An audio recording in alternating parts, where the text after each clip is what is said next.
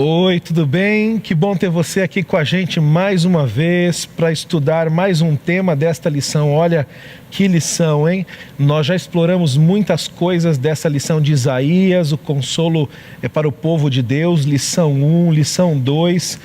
E que maravilha ter você hoje para estudar comigo a lição número 3.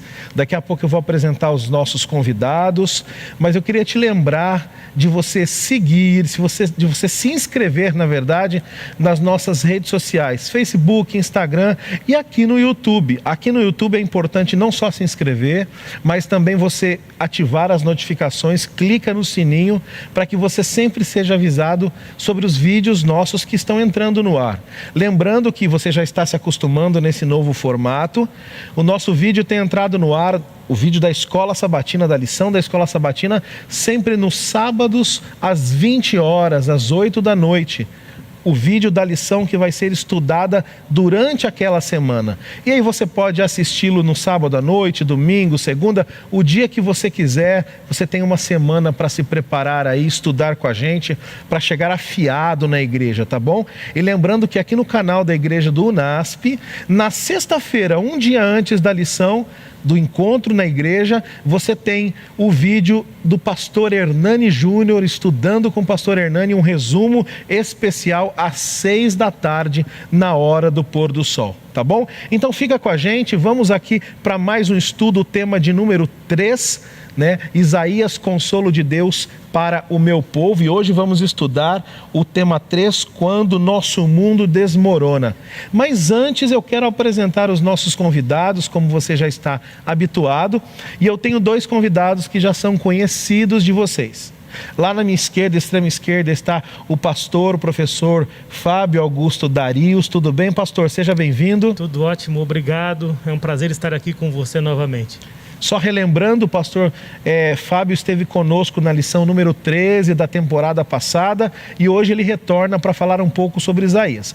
O professor Fábio é historiador, também é teólogo, tem o seu doutorado em teologia histórica e ele é professor aqui no UNASP Engenheiro Coelho, nos cursos de graduação de História e graduação e pós-graduação em Teologia.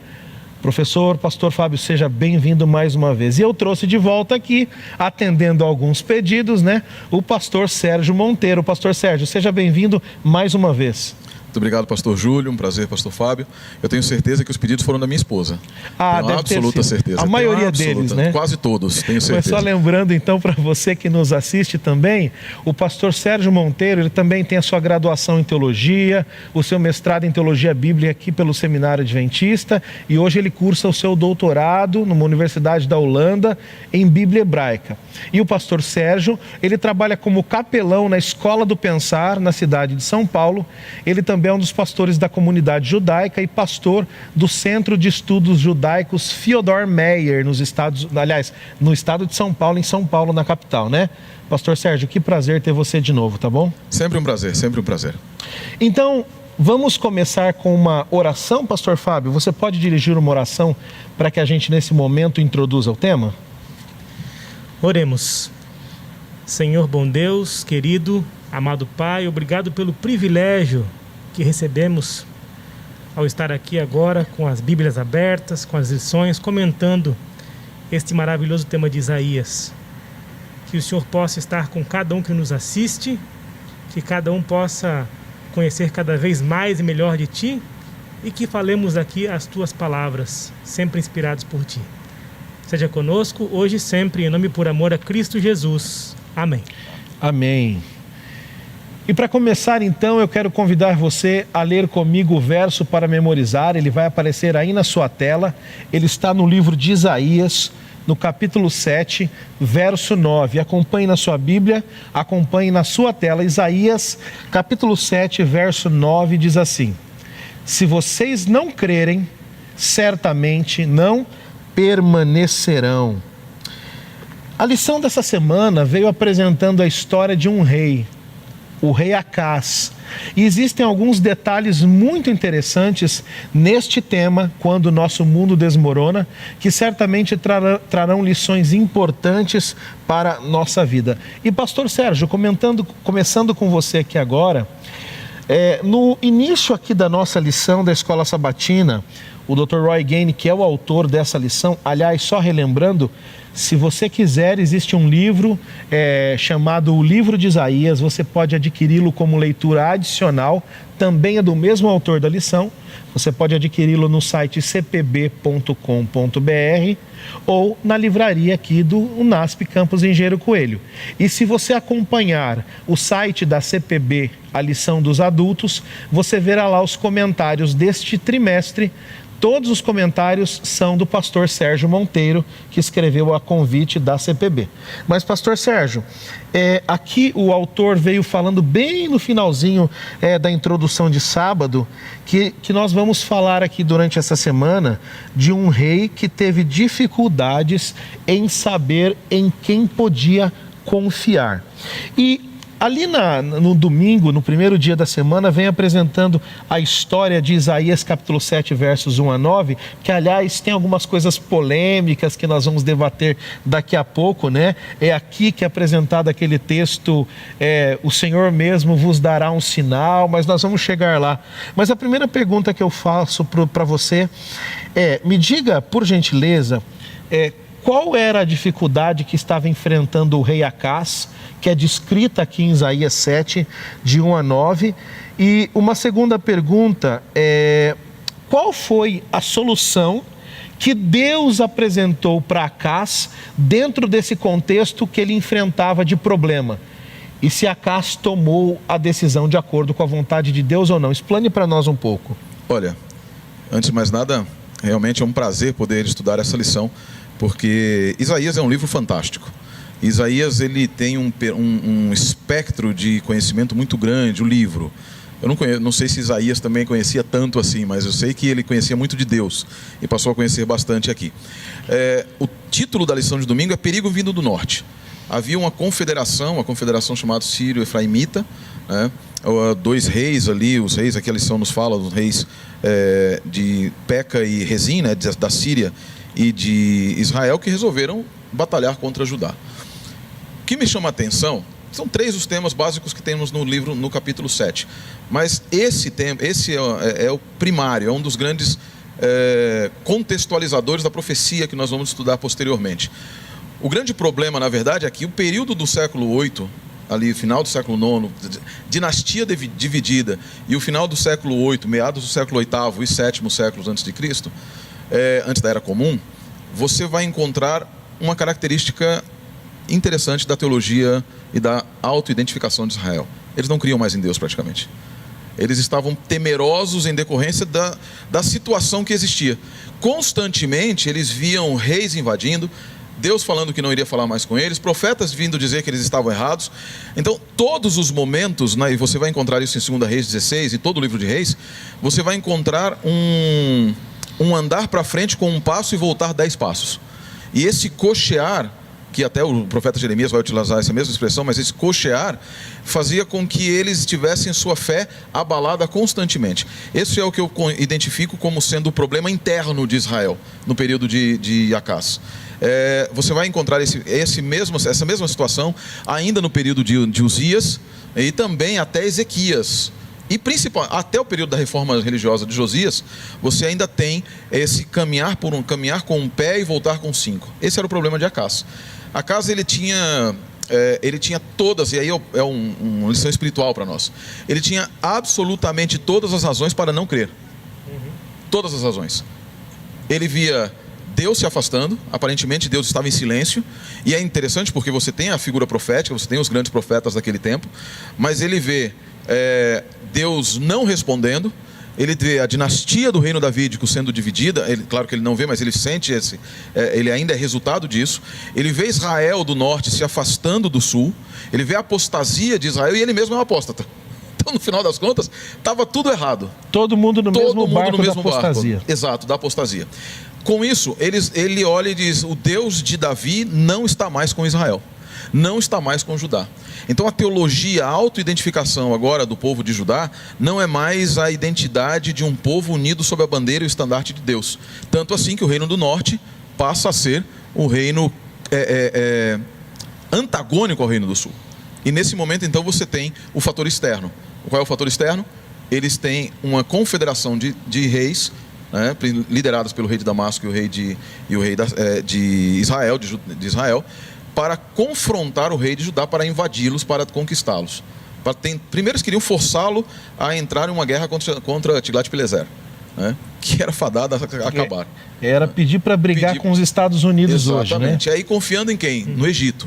Confiando lá no Egito. Não, e etc. Depois a gente vai ver. Que não era confiável, né? Totalmente, nunca foi confiável. Nunca foi confiável. Qual é a resposta que Deus dá? O que é que Deus diz para eles? Se nós vemos no capítulo 7, verso 3, Deus diz a Isaías assim: toma teu filho, Shear-Yashuv, vai até lá. E a mensagem que vem logo em seguida diz: tenha calma, eu vou estar com você. O que Deus disse para ele, a solução é: não confie nos exércitos humanos nem na sua própria força. Saiba que apesar do meu silêncio e apesar da tua apostasia, eu ainda estarei contigo. Ou seja, de um lado a gente tinha os reis Rezim e Peca querendo introduzir Acaz nessa trindade para entrar em guerra contra Tiglat-Pileser. Do outro lado você tinha Tiglat-Pileser vendo o que ia acontecer. Ele estava querendo só uma brechinha para entrar em Judá, para impor ali um governador marionete, e ele conseguiu. Ele queria colocar um poste, né? Um Astarote. Um fantoche, né? Uhum. E qual foi, assim, Acaz, então, ali no meio, olhando para um lado Tiglat-Pileser, do outro Rezim e Peca, qual foi a decisão que ele toma? A pior de todas, ao invés dele olhar para cima e escutar o que Deus havia dito, tenha calma, eu lutarei com você, eu estarei contigo, ele resolve mandar uma carta para Acaz, para Tiglat-Pileser, e fazendo algo que é inaceitável do ponto de vista da teologia do rei. Dois momentos na história de Israel colocou alguém no lugar assim, quase foi destruído por causa disso. Capítulo 32 do livro de Êxodo, quando eles colocam o bezerro de ouro no lugar de Deus, daquele que o havia trazido, e tirado do Egito, e dizem assim: porque este homem Moisés, que nos tirou da terra do Egito, ele não voltará. Moisés não tinha feito nada. Quem havia feito foi Deus. Uma segunda situação, no caso dos espias, quando eles vão até lá, tem uma mata a curiosidade da terra. O termo hebraico utilizado não é o termo para análise estratégica, mas para matar a curiosidade mesmo. E ao chegar ali, eles voltam e dizem assim, né? Depois de toda a discussão, eles dizem: o povo daquela terra é mais forte do que? Nós traduzimos na nossa Bíblia, está mais forte do que nós. Mas em hebraico, mimenu pode ser muito bem traduzido porque é mais forte do que ele.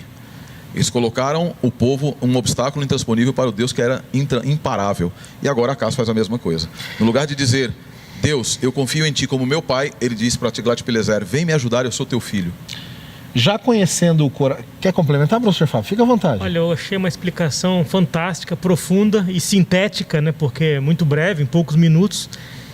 E, de fato, apesar de tal quadro tão grave, Deus ainda tenta conversar com Acaz. E é nesse ponto que eu quero já introduzir a pergunta para o pastor Fábio. Por favor. Deus não poderia ter dito assim: Isaías, vai lá. Qual a necessidade de Deus mandar levar Shear-Yashuv, né? Que significava aqui o nome dele, um resto volverá, um remanescente volverá. Qual era, pastor Fábio, o significado que Deus queria transmitir ao rei Acaz naquele momento, e como essa mensagem de Isaías, e eu imagino aqui, pastor Sérgio e pastor Fábio, Deus na sua sabedoria, e você pode em casa também ter essa convicção, Deus na sua sabedoria conhece os anseios do nosso coração. Ele já sabia qual era o anseio do coração de Acaz. Então, por que ele manda o filho ir junto, e como essa mensagem do profeta Isaías resolveria o problema de Acaz?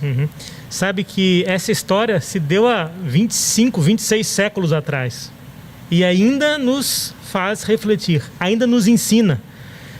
E quando você comentou o verso para memorizar, você comentou, acho que na versão Almeida Revista Atualizada. Nova Almeida Atualizada. Nova Almeida Atualizada. Isso. A lição traz a nova versão internacional. Nesse texto, nessa lição, ela traz a NVI, é verdade. Que diz assim, o verso áureo, né, para memorizar. Quem lembra do verso áureo já tem mais de 30 anos, né? Bem mais. Mais, né? Mais. Diz assim: se vocês não ficarem firmes na fé, com certeza não resistirão. Sim. Agora eu pergunto, será que Acaz podia estar mais longe da fé? eu tenho a impressão que ele estava muito longe, sob todos os aspectos, de qualquer perspectiva que nós olhássemos ou olhemos, né? E ainda assim Deus conversa com ele, apresenta a ele uma opção muito melhor e muito maior, muito mais acima do que se unir com a Assíria. E a mensagem é tão forte que o profeta Isaías não vai sozinho. E justamente ele leva junto o seu filho. E o próprio nome do filho já é a mensagem. Eu entendo, em grande medida, né? Um resto volverá, ou um remanescente volverá. Exatamente. Ou seja, Deus apresenta uma proposta irrecusável, eu diria assim, para Isaías, para Acás, a partir de Isaías, e Acás, do jeito que estava, cego, longe de Deus, longe da fé, basicamente não sei se não compreende, não entende ou deliberadamente recusa essa perspectiva ali apresentada para ele. E eu trago aqui uma perspectiva para nós hoje, né? 20 e tantos séculos mais para frente, né? Deus ainda busca por cada um de nós, mesmo quando nós nos encontramos muito distante de Deus. E sempre há uma possibilidade de nós voltarmos, né?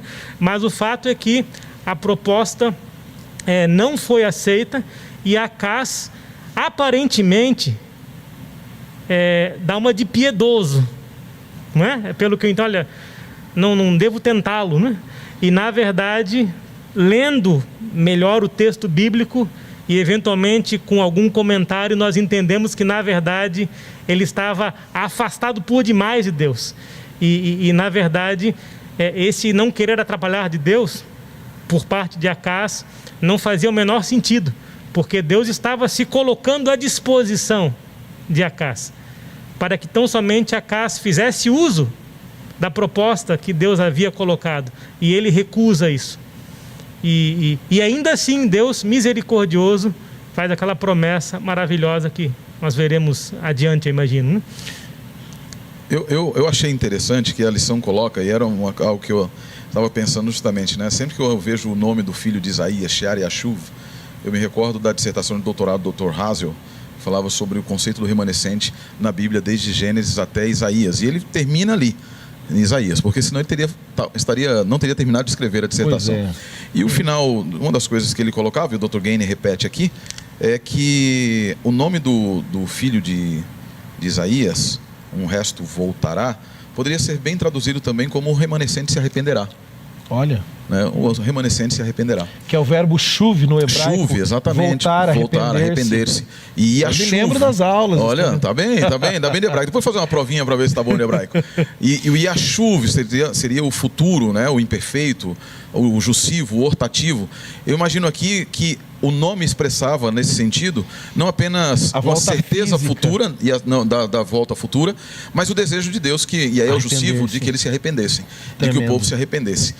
E de que Acás se arrependesse, né? De que Acás se arrependesse. E aqui ele leva o menino de uma forma, como o pastor Fábio disse, a provocar em Acás já um entendimento da mensagem de Deus, sem que nem sequer alguma palavra fosse dita. O que parece aqui é que Deus ele sabe que com Acás não bastaria Isaías. Ele tinha que levar algum sinete, algum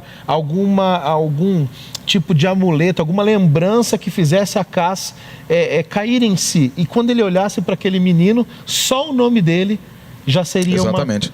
E pastor Sérgio, deixa eu aproveitar o raciocínio, ele cortei. Não é nem a questão de cortar, não, é porque as suas palavras me lembraram outro aspecto. Nós comentamos lá na primeira lição, eu me recordo da primeira lição, nós comentamos a respeito do contexto da aliança, pastor Fábio, do contexto da aliança de Isaías. E aqui eu vejo mais uma vez, porque quando nós lembramos do contexto na aliança, quando Deus fala que mandaria o povo para o exílio, destruiria a terra, faria com que ela descansasse, faria com que a terra descansasse, ele fala exatamente que um remanescente, ao final, se arrependeria. Sempre a ideia do remanescente está ligada ao retorno E aqui você une o arrependimento espiritual com o retorno físico. Exatamente. Que é exatamente a ideia que Deus quer provocar em Acás. Você está com medo porque eles querem te levar para o exílio. Mas você deveria me temer, porque eu sou aquele que pode te enviar para o exílio. Voltai-vos para mim e eu me voltarei para vós. Exatamente. Né? E nós vamos ver isso lá vamos lembrar também do canto lá do capítulo 5. Sim. E também do argumento do perdão da primeira Isaías 1:18. Por quê?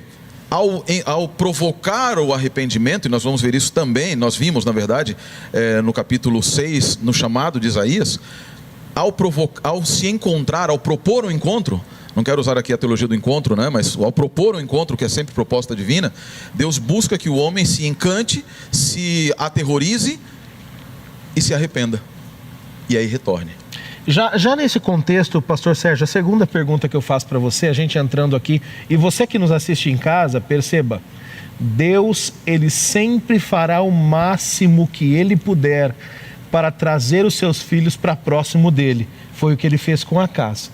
Né? A segunda pergunta que vai agora para o pastor Sérgio, eu gostaria que ele comentasse, a resposta de Acás parece não ter sido a melhor, ou a melhor escolha.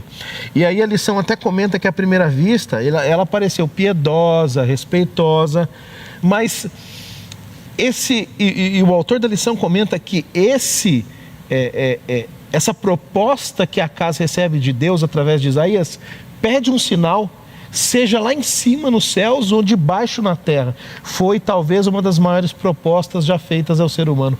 E pastor Sérgio, como ele reagiu a essa proposta de Deus e o que o profeta Isaías, após a resposta de Acás, como ele se portou ali? Pastor Fábio comentou da tradução diferente ali do verso, né? No final do verso 9, a minha Bíblia, que é a tradução judaica, ela diz assim: sem a fé resoluta, você não será firmemente estabelecido. Percebe? Qual é o problema da resposta de Acás que traz como o pastor Fábio também disse, uma aparente piedade? É porque ela era aparente. No final, quando a gente entende o momento de Acás, nós nos lembramos, nós estamos lendo Isaías, mas nós nos lembramos do contexto descrito em 2 Reis 16, e na história de Acás, ele fez o que era mal diante do Senhor. Fez o que era mal diante do Senhor. Assim como o povo que estudamos na lição número 1, lembra? Exatamente. O povo inteiro estava contaminado, inclusive o seu rei. Inclusive aquele que deveria ser representante. Nós não sabemos exatamente se a carta de Acás, no capítulo 16 de 2 Reis, ela foi antes ou depois desse encontro dele com Isaías. Vamos supor que tenha sido antes. Como é que alguém pode agora dizer a Deus, me dá um sinal, e eu vejo a graça de Deus aqui muito fortemente, Deus dizendo, eu ainda te dou um sinal, mesmo você chamando Tiglat-Pileser de pai. Mesmo chamando Tiglat-Pileser de pai, eu ainda te dou um sinal. E a minha tradução também diz o seguinte, que peça-o de qualquer lugar, verso 10. Peça a Adonai, e é fantástico isso aqui, o seu Deus. Deus ainda considerava Acás como sendo seu filho, pela sua posição real. São detalhes no texto bíblico que chamam muito a atenção. Né? Que dê a você um sinal, peça-o de qualquer lugar, das profundezas do Sheol até as alturas acima. Aí a minha tradução, na tradução normal, geralmente diz assim, eu não vou pedir. Mas aqui, considerando a ideia por trás do texto hebraico, a tradução da JPS traz assim, eu não quero pedir. Ele expressa a sua vontade agora em não querer pedir. Ele diz assim, não, eu não quero pedir. E qual é a razão pela qual ele não quer pedir? Lembra que eu descrevi? Que ele havia presenciado momentos de silêncio de Deus, presenciado momentos em que Deus parece que não estava com Israel, não estava com Judá. Ele nesse momento permite que a sua humanidade, arrogância, a sua falta de fé em Deus e o olhar demasiadamente para fatos históricos, né, professor de história, quando nós olhamos muitas vezes para os fatos históricos, nós nos esquecemos que Deus trama além da trama dos homens. E Acás deveria ter percebido isso, e não apenas percebido, mas ter dado ouvidos. Lembra lá na primeira lição, a primeira coisa que Deus fala a respeito de tudo que vai acontecer no capítulo, no livro de Isaías é, ouça. Acás deveria ter ouvido. Deus dizendo, eu quero dar um sinal a você. Deus diz, eu quero dar o sinal. E Acas, eu não quero o seu sinal. Acas fez birrinha, né? Fez birrinha. Como um filho de Isaías 1. De Isaías 1 novamente. Acas era o símbolo daqueles de Isaías 1. Filhos que não reconheciam seu pai. E filhos que não entendiam a vontade que o pai tinha de cuidar deles. E vinha que não dava bons frutos. Daí, Acas, aparentemente piedoso, diz, eu não quero pôr Adonai à prova. Deus não estava sendo posto à prova. Deus estava se oferecendo para fazer algo. É muito diferente quando alguém quer tentar ao Senhor, quando Deus mesmo diz, fazei prova de mim, como está em Malaquias. E pastor Sérgio, é bem interessante no contraste com o deserto, né, pastor Fábio? Se você quiser complementar também logo em seguida. No deserto, o povo busca a Deus tentando a Deus. Aqui é Deus que busca a casa. Então, parte de Deus... É graça. Exatamente, parte de Deus. Essa é a questão que eu ia dizer, justamente, é Deus que busca o ser humano, né? E aqui fica muito claro, alguém que estava totalmente distante de Deus, que estava olhando para a história e não estava encontrando ali os rastros de Deus. Exatamente. Né? Agora, percebendo a luz da sua própria pequenez, sabe, entre aspas, que não pode confiar em Deus porque nada vai acontecer. Essa é a sua visão tosca, sua visão muito, muito pequena.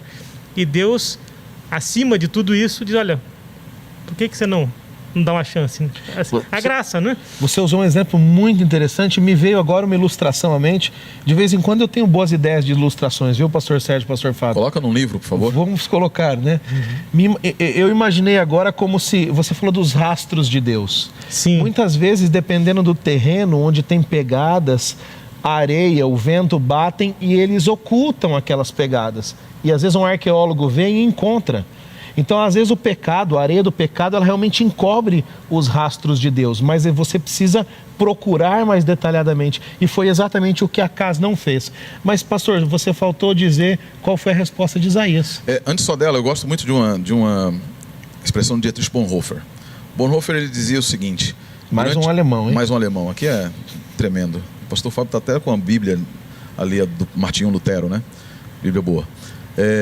Ele disse, Bonhoeffer, ele disse uma certa feita assim, ó, durante muito tempo da minha vida, eu estive focado na doença, olhando para ela, pensando nela, meditando nela, na doença, e nunca encontrei a cura, nunca pude encontrar a cura, até o momento que eu parei de focar na doença e olhei para a cura, nunca mais pensei na doença, que se chama pecado, quando eu encontrei a cura, que é Jesus Cristo. Amém, tremendo. Então, eu acredito que é exatamente isso, nas cartas da prisão, né? Eu acredito que é exatamente isso que aconteceu com Acas. Acas estava completamente focado no problema. Focado no problema, não na solução. Olhando o contexto, a gente vê um rei totalmente amedrontado. Totalmente amedrontado, e ele viu os problemas. Ele era pequeno, eram 2... Ele não estava enxergando a vontade da ação divina, mas ele, ao não enxergar a vontade da ação divina, ele não percebeu que que impedia a ação divina era ele, e era o povo, mesmo Deus dando graça e dizendo, olha, eu quero falar com vocês. E o que foi que Isaías disse para ele? E aqui eu acho interessante no capítulo 7, verso 13, né? Olha só que coisa fantástica, eu vou ler aqui E aí, pastor Sérgio, você já pode introduzir, o pastor Fábio, a pergunta era para ele, mas você pode complementar depois? Por favor. Já vamos introduzir aqui a quarta-feira o sinal. Agora é um outro filho, né? Então, sim. O que acontece nesse contexto? Olha o verso 13, diz assim, então o profeta, quando ele diz não quero, o profeta disse, ouça aqui, casa de Davi, não é mais para casa. Interessante. Ouça aqui, casa de Davi, na minha tradução. Cansar a paciência das pessoas é coisa pequena para vocês. Para desejar cansar também a paciência do meu Deus, opa! Já deixou de ser o seu Deus, né? Já não é mais para casa. A perspectiva, né? Exato, a perspectiva muda. É como se Isaías houvesse dito, ok, Acas, então você vai perecer. Mas o povo de Israel vai continuar, Judá vai continuar. Mesmo vocês cansando a paciência de Deus. Agora o meu Deus vai dizer algo para vocês. Portanto, o próprio Adonai dará a vocês um sinal. Na minha tradução diz, a jovem engravidará, dará à luz um filho e o chamará Emanuel. Deus está conosco. A resposta de Isaías é uma resposta que eu diria dá uma rasteira em Acas. Acas diz, eu não quero tentar ao Senhor teu Deus. Mas vai ter sinal você querendo ou não. Querendo ou não, e mais, a sua própria tentativa de não aceitar, a sua própria negativa de aceitar o sinal de Deus, vai ser utilizada para a sua destruição, e Deus vai dar um sinal demonstrando que Judá permanecerá além de você. E aí nós entramos naquela questão, né, que é a questão, na minha visão, uma das questões basilares do livro de Isaías, mais uma criança. Vocês já perceberam que Isaías revolve sobre crianças nos primeiros versos, nos primeiros capítulos? Isso é muito interessante. O primeiro deles nós encontramos é Shear e Achuv. O resto voltará. Depois Eu gosto muito de um texto muito bonito de Isaías, até diz assim, pastor, o senhor, na primeira lição eu me recordo, voltai a mim, eu me voltarei a vós. Voltai a mim, eu voltarei a vós. E eu fico imaginando que essa criança do capítulo 7 é exatamente a resposta ao Shear e Achuv. Aquela, né? Se o resto voltar, e o resto voltará, e esse resto será abençoado pela presença de uma outra criança. Uma criança que utiliza aqui, no texto bíblico, a respeito da mãe, pastor fala, se deixar eu falo sozinho, viu? Eu já ia introduzir aqui, que sinal foi esse? Eu ia só complementar. Pastor Fábio, fale qual é o sinal, nos fale de quem é essa mulher, quem é essa criança. Sim. E depois o pastor Sérgio faz o arremate. Por favor, eu só ia dizer para você que está nos ouvindo agora, que Acás, quem era Acás? Era o rei, não era? Exato. Ele tinha algum poder, não tinha? Tinha. Sim. E quem era Isaías? Um profeta. Um profeta. Debaixo dos domínios do rei. Debaixo do domínio do rei. E o que Isaías diz para Acás? Olha, não interessa você. Exato. E eu fico me perguntando se nós não nos damos muita importância. Eu fico imaginando os presidentes poderosos de países poderosos que dentro em breve não passarão de notas de rodapé e depois menos do que isso. E aqui eu acho que cabe uma reflexão, né? O homem poderoso diante de um homem de Deus simplesmente não significou muita coisa, né? E isso serve também para a igreja de Deus, né, pastor Fábio? Exatamente. Porque nós temos pessoas que, dentro da igreja de Deus, e é interessante que essa mensagem toda aqui é para o povo de Deus, né? Exatamente. Se acham a última bolacha do pacote, a última garrafinha de água do deserto, e menosprezam os pequeninos, os simples, às vezes porque tem uma posição na igreja, eu digo na igreja local ou mesmo na estrutura administrativa. E essa realmente é uma reflexão que precisa ser feita. A mensagem de para casa aqui, traduzindo aqui o que o pastor Fábio disse, é quem somos nós na fila do pão? Exatamente. Isso, né? Eu costumo dizer justamente isso. Eu também gosto dessa expressão. Mas, então, vocês podem tirar para o ímpar. Eu queria que alguém comentasse sobre essa questão do sinal do filho. Eu vou ler o texto então e você comenta, pode ser? Tá vendo só? Isso é humildade. Ele, né? Humildade. Leia para nós, claro, então, vamos comentar Fábio, juntos, vamos lá.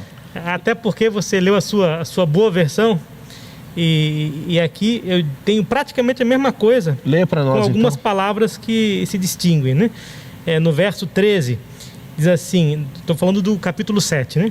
Então disse o profeta: ouvi agora, ó casa de Davi, acaso não vos basta fatigardes os homens, mas ainda fatigais também ao meu Deus? Portanto, o Senhor mesmo vos dará um sinal. Eis que a virgem conceberá e dará à luz um filho e lhe chamará Emanuel. Eu quero convidar agora o nosso ouvinte, pastor Fábio, a se segurar na cadeira. E eu quero fazer uma pergunta, pastor Sérgio. É Jesus, esse menino de Isaías, capítulo 7, verso 14? Agora, muito cuidado. Cuidado para não queimar aqui o nosso programa. Cuidado com o que você vai falar. Mas brincadeiras à parte, explica para nós um pouquinho esse contexto dessa jovem e quem é esse menino. Olha, não existe possibilidade de não ser Jesus. Sim. Já começo por aqui. Alguns têm dito, e eu me recordo de muitos eruditos, muitos teólogos e etc. Se você tiver curioso, dá uma olhadinha no comentário que eu coloquei lá na Casa Publicadora, no site da Casa Publicadora, é mais.cpb.com.br, lição dos adultos, comentários. E lá eu faço uma análise a respeito de algumas possibilidades e alternativas. Eu vou dizer para você aqui, trazer um pouco do que eu coloquei ali para a nossa discussão aqui. Primeiro, alguns têm dito que seria Ezequias. É impossível ser Ezequias.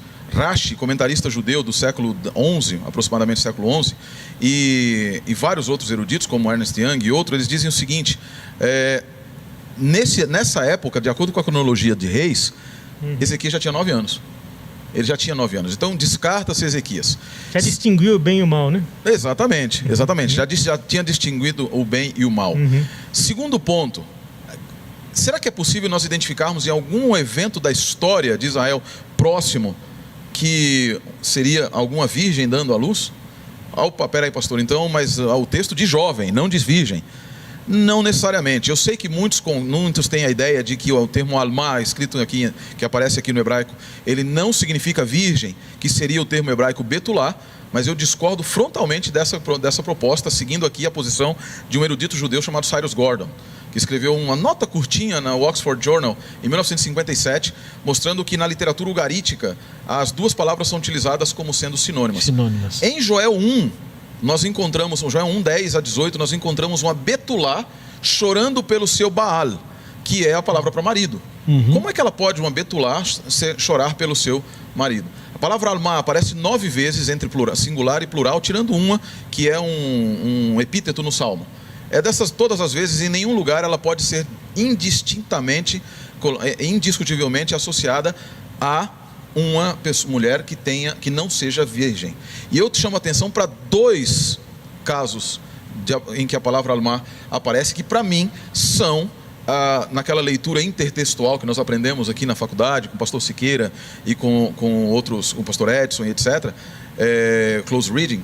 Nessa intertextualidade eu encontro 2 episódios que servem, na minha visão, como elementos que nos dão a construção e a razão pela qual Deus utilizou aqui alma e não betulá. O primeiro deles está em Gênesis 24, com Rebeca. Rebeca é chamada de betulá, Naar e alma. Os 3 termos que indicam juventude, virgindade, na área jovem, menina, betulá, que seria indicativo de virgindade absoluta, e alma, que tem a ver com maturidade. Idade para se casar. Idade para se casar, mas não sendo casada. Incidentalmente, no Talmud, quando fala a respeito de uma virgem completa, o termo betulá não vem sozinho, vem betulá shlamá, quer dizer, virgem completa.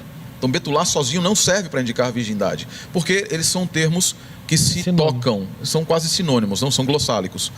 É parecido com o que nós temos hoje no Novo Testamento, com alós e heterós, que por muito tempo se achou que eram totalmente diferentes, e hoje as gramáticas gregas apontam que são exatamente sinônimos. Faz um overlap, é igual aquela discussão sobre HP ou agape, Filadélfia, agapau, estergo e etc. Essas teologias feitas em palavrinhas são muito complicadas. E aí veja que interessante, um outro exemplo, antes de nós irmos para esse outro exemplo rapidamente, o primeiro, de qual era o contexto da narrativa de Rebeca? O casamento de Isaac e a continuidade da promessa de Deus a Abraão, que resultaria no reino de Judá, que resultaria no reino de Israel, que resultaria no reino de Cristo, no reino do Messias. Ou seja, era o estabelecimento do reino. Em um outro momento nós vamos encontrar mais uma jovem sendo chamada de Almá, a irmã de Moisés. Quando Moisés é colocado naquele cesto de junco e colocado no mar, Miriam, é dito que ali a jovem ficou ao lado. Esse jovem não é Naar, é Almá. E pelo contexto, Naar seria a melhor opção. Seria talvez a melhor opção. Exatamente. Mas por que é que... Aí ela é chamada de Almá, talvez porque ela estava já ela era mais velha, etc. E qual é a razão dela estar ali? E quem era Moisés? Moisés é o libertador da nação que foi estabelecida através da Almá, Rebeca. E a alma desse texto é aquela que cuida do libertador de Israel, o futuro libertador. Por que é que eu trago essa questão em a discussão aqui no contexto de Isaías 7,14? Porque fala exatamente da continuidade do reino de Israel. Porque fala exatamente da vinda de um libertador para Israel. Fala exatamente da chegada daquele que estabeleceria o reino eterno de Israel. Daí, Naar não servir. Daí Betulá não servir, porque as duas figuras femininas associadas ao surgimento e à libertação do povo de Israel foram chamadas de Almá. Por causa disso esse texto é utilizado aqui, essa expressão é utilizada aqui, para levar à lembrança do povo o seu surgimento e a sua libertação do Egito. E nós vamos encontrar aqui a figura de libertação do Egito, de libertação, com o fato de que o menino será chamado Deus conosco, que é exatamente a expressão utilizada para o Deus que estava no deserto. E antes do pastor Fábio falar sobre o Deus conosco, você não respondeu a minha pergunta. É Jesus? Eu não sei. Não, respondi no início. Não existe possibilidade de não ser Jesus. A mulher é Maria e o menino é Jesus. Exatamente. É isso? Não, 100% de certeza. Pronto. Ok. Mas sabe que há discussões aqui... Ele quer me pegar, tá vendo? Não, é que é importante colocar essas discussões. Exatamente. Né? Vários teólogos apresentam a ideia do filho de Isaías, do próximo próximo filho que vai ter com a profetisa, etc. Independente dessas discussões, nós temos que entender que todo o texto bíblico ele tem que ser lido no seu contexto original, e existe aquilo que a teologia apresenta como sensu pleno ou sensus plenio, que é exatamente quando Deus apresenta uma profundidade para o texto. Aliás, o texto tem uma profundidade... Na sua superfície, mas tem uma profundidade que nem o próprio autor conhecia. A discussão toda se é ou não é aqui, e aí nesse ponto eu e o pastor Sérgio discordamos, mas está tudo certo, a amizade é a mesma, né? O importante é que tudo desemboca em Cristo, né? Desemboca em Cristo. Agora, pastor Fábio, o pastor Sérgio complementa. Claro. Qual é a importância desse Deus? O que significa agora para Acaz e para o povo saber que Deus está com eles? É interessante porque Emmanuel significa... Aí que está uma outra questão de tradução ou de conhecer um pouquinho das línguas, né? Porque nós entendemos em português, assim, toscamente, né? Que Emmanuel significa Deus conosco. Tão somente, não é? Mas... existe um outro detalhezinho, Deus é conosco, eu acho que seria mais interessante a tradução. O verbo está oculto aqui, exatamente. O hebraico não usa, né? Não tem verbo de ligação na língua hebraica. Não existe, mas ali está, né? Ou seja, isso até demonstra uma temporalidade. Deus é conosco, está conosco, é conosco, estará conosco. Ou seja, para além de Acaz e sua geração, ou de sua própria temporalidade, Deus é conosco. E eu acho que é muito, muito bonito isso, muito importante essa... E é fantástico, exatamente, porque demonstra, e nós vamos no Novo Testamento, e nós vamos encontrar lá no livro de Apocalipse, capítulo 21, verso 4, 3 e 4, verso 3 e 4, que ali o texto grego pode ser traduzido, e ele, Deus com eles, habitará no meio deles. Então, a ideia de que Deus habita conosco é a ideia da imanência divina. Deus não está restrito nem mesmo pelos nossos pecados. E aqui é um ponto que eu queria trazer a atenção. Acaz era um rei apóstata. O povo estava apostatado. A situação era toda de apostasia. Nós vimos as denúncias deles darem as costas para Deus. Mas Deus diz assim, pede um sinal, filho. Depois ele diz assim, tá bom, você não quer dar um sinal? Agora ele não olha mais para Acaz. Ele não está olhando mais para o rei, mas para o povo. Você quer se perder, mas eu não vou deixar que todos se percam. O meu povo não vai se perder. Shear e Yashuv. Um resto se arrependerá. E mesmo no meio do pecado de todos vocês, eu vou dar um sinal para vocês. Sabe qual é o sinal para vocês?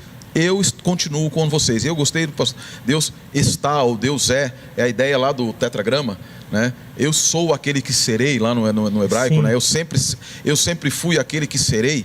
E a ideia de que Deus não, nós costumamos dizer, né? Deus, onde há pecado, há separação entre nós e Deus. Mas quando o homem reconhece a sua pecaminosidade, ou mesmo quando o homem não reconhece, Deus ainda assim lhe oferta graça. E a graça de Deus, ela irrompe no meio do pecado. Ela não espera que o homem se santifique para que ela apareça. Ela irrompe e invade o mundo do pecado para tirar o homem do meio do pecado. Seja ele uma casa da vida, seja ele um povo de Judá pecaminoso, apostatado, de costas para Deus, como possa ser. E pastores, essa ideia é tão visível no Antigo Testamento, e eu cada vez mais fico apaixonado pelo Antigo Testamento. Eu me arrisquei a estudar Levítico, né, no mestrado, e é um livro tremendo. Como é lindo Levítico, né? E a gente sabe que é o livro menos lido hoje, mas o mais lido pelas crianças que estavam sendo alfabetizadas ali no povo de Israel. Mas a gente, quando olha para o tabernáculo, né, pastor Sérgio, pastor Fábio, as possíveis traduções ali, façam um santuário para que eu possa morar no meio de vocês, ou tabernacular. Eu acho fantástico isso. Poderia ser não só no meio, mas dentro de vocês, ou por meio de vocês. Ou seja, Deus está conosco, Deus está dentro de nós e Ele quer nos usar para alcançar outras pessoas e estar com outros. Isso é tremendo. E no contexto da aliança, pastores, eu acho fantástico ainda no contexto da aliança, algo maravilhoso, que é quando nós lemos isso lá na aliança, Deus diz assim, e se vocês forem fiéis e cumprirem os mandamentos, e andarem conforme os meus, eu colocarei no meio de vocês o meu tabernáculo. Só que quando nós lemos na sequência, nós lemos em Êxodo 25, essas leis foram dadas no tempo que o tabernáculo já existia. E o tabernáculo já existia, e Deus está dizendo: eu colocarei o meu tabernáculo no meio de vocês. Obviamente podemos compreender o tabernáculo da pessoa de Jesus Cristo, mas também um outro aspecto: as bênçãos de Deus, elas não dependem da ação humana. A ação humana é a preparação do homem para receber, usufruir e viver as bênçãos de Deus. Perfeito. Olha, eu queria agradecer muito vocês, porque essa lição, eu tenho certeza que ela foi muito, assim, de muita valia para quem está nos assistindo agora. Eu queria ler, e aí eu balanceei aqui, os dois responderam, né? Apesar de que a gente vai dar uma passada rápida em sexta-feira, mas eu queria ler algo que Ellen White escreve aqui, eu achei lindo demais, pastor Sérgio e pastor Fábio. Ela diz assim: ele será chamado pelo nome Emanuel, Deus conosco. O brilho do conhecimento da glória de Deus é visto na face de Cristo.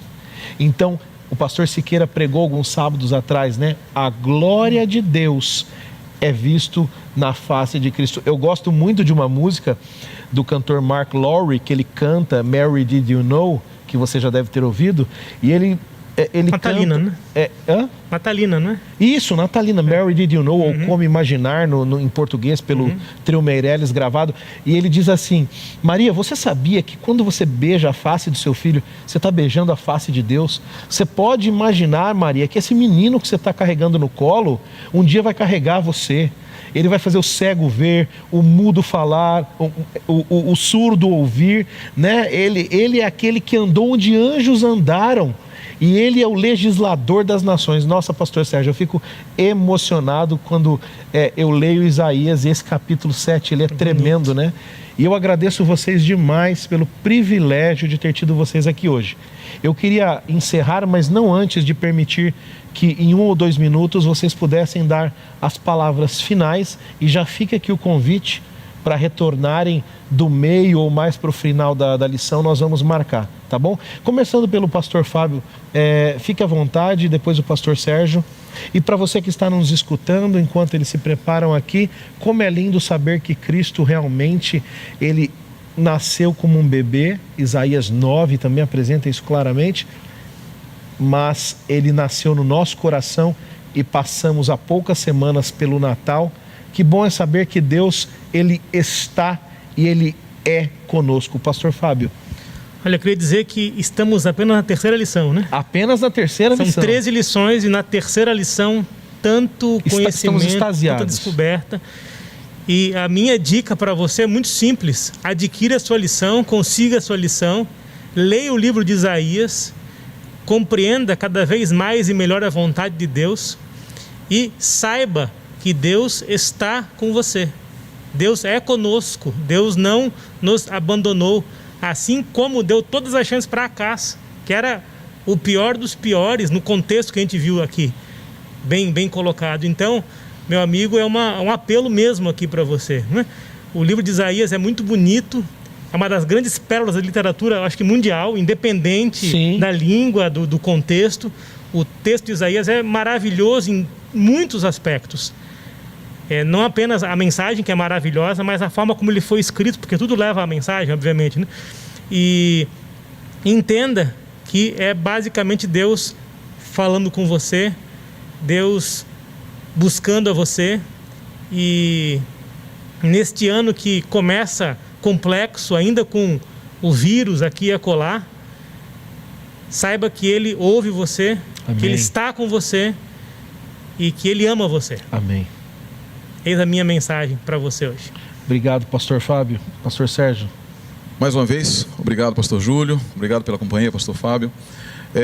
Você que nos assiste, independente de como nós chegamos em Isaías 7,14 a Cristo, o pastor Júlio disse que tem a sua posição, uma posição através do sensus plenior, que é um conceito bonito que nos permite adentrar a profundidades e camadas diferentes do texto, ou através da leitura simples, como eu prefiro, uma leitura que me leva diretamente apenas a Cristo Jesus, sem passar por intermediários. O importante é Ele, e Ele é o importante. Há uma música do ano passado, 2020, uma música que eu simplesmente sou apaixonado por ela, tudo por Ele. Tudo por Ele e tudo por Ele. Sem ele, nada do que foi feito se fez. Um abraço ao pastor Felipe Tonasso, que é o autor dessa canção. Música. Exatamente. Linda música, linda, maravilhosa. O Tonasso, ele tem uma capacidade de criar impressionante. Hinos maravilhosos. E concordo com o pastor Fábio, o texto de Isaías é um texto lindo, um texto estilisticamente lindo, profeticamente maravilhoso, espiritualmente relevante. O que nós precisamos entender é: Deus está conosco, Deus em todos os momentos está conosco. A ideia de que Deus está conosco é a ideia que perfaz a Bíblia em todos os seus textos, desde o primeiro verso da Bíblia até o último verso da Bíblia. Em 4 capítulos, nós estamos em plena comunhão com Deus, na criação e na recriação, no capítulo 21, capítulos 21 e 22 de Apocalipse. Todo o restante é a história da busca que Deus faz pelo homem. Como dizia o rabino Herschel, nós precisamos parar de correr. A mensagem do livro de Isaías e a mensagem para nós que estamos vivendo num contexto de pandemia, de novas cepas, disso e aquilo outro, de quase um 8º século antes de Cristo, não agora com REC e PESIM, mas agora com coronavírus e vacinas e etc., é saber que, de alguma maneira, uma criança que nasceu, ela também continua sendo sinal de Deus para cada um de nós, de que Ele está conosco, Ele continuará conosco e nós com Ele estaremos por toda a eternidade. Fiquem com Deus, estejam com Deus, porque Ele certamente está com você, estará com você por toda a eternidade. Amém. Muito obrigado, pastor Sérgio. O pastor Sérgio esteve conosco na lição número 1, na lição número 3. Ele vai encerrar agora com uma oração final. E como bom judeu, se quiser fazer uma bênção em hebraico e depois a tradução para nós, fique à vontade, pastor. Tá ok então, pastor, vamos lá. Querido e amado Pai, nosso Senhor e nosso Criador, louvado seja o teu grandioso nome. Abençoa, Deus, aqueles todos que neste momento escutam esta lição, aqueles que escutarão noutros momentos, nas suas noites, nas suas tardes, nas suas manhãs, nas suas meditações. Que eles saibam que sobretudo, acima de tudo e em tudo está a tua impressão digital, a tua mão de amor, a tua demonstração de graça, e que nós não tentamos, quando aceitamos a tua própria oferta, de que peçamos um sinal. Que nós tenhamos a completa inteligência, a maior inteligência de todas, a espiritual, de pedir que o sinal seja Cristo nascendo em nosso coração. Que este Cristo nascido, esse Emanuel, ao nascer em nosso coração, brilhe como um sinal de que o Senhor está conosco, está em nós, está ao nosso redor e que nos convida para estar em Ti, estar contigo e viver contigo eternamente nas mansões celestiais. Bendize-nos, ó Deus, com a tríplice bênção mencionada na Tua palavra, na Torá, que assim diz: Yevarechecha Adonai veishmerecha, Yair Adonai panav elecha vihunecha, Yisa Adonai panav elecha veyasem lecha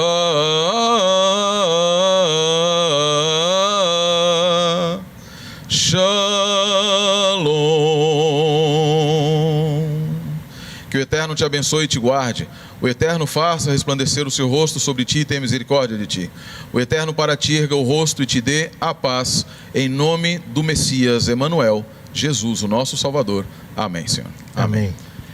E você que esteve conosco nessa lição número 3, você viu que grandes coisas aprendemos e muitas lições ainda nos esperam. Então, não esqueça de se inscrever nas redes sociais, compartilhe este vídeo no WhatsApp, no seu Facebook, mande para os seus amigos, marque-nos no Instagram, o Instagram da Igreja do NASP, o Facebook. Ative as notificações e esteja conosco sempre. Na próxima semana estaremos juntos mais uma vez, estudando agora o tema de número 4 desta linda lição, Isaías, consolo para o povo de Deus. Um grande abraço e até lá.